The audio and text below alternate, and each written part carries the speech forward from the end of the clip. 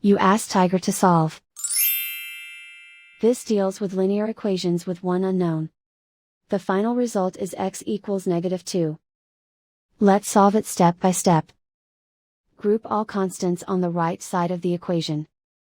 Subtract 5 from both sides. Simplify the arithmetic.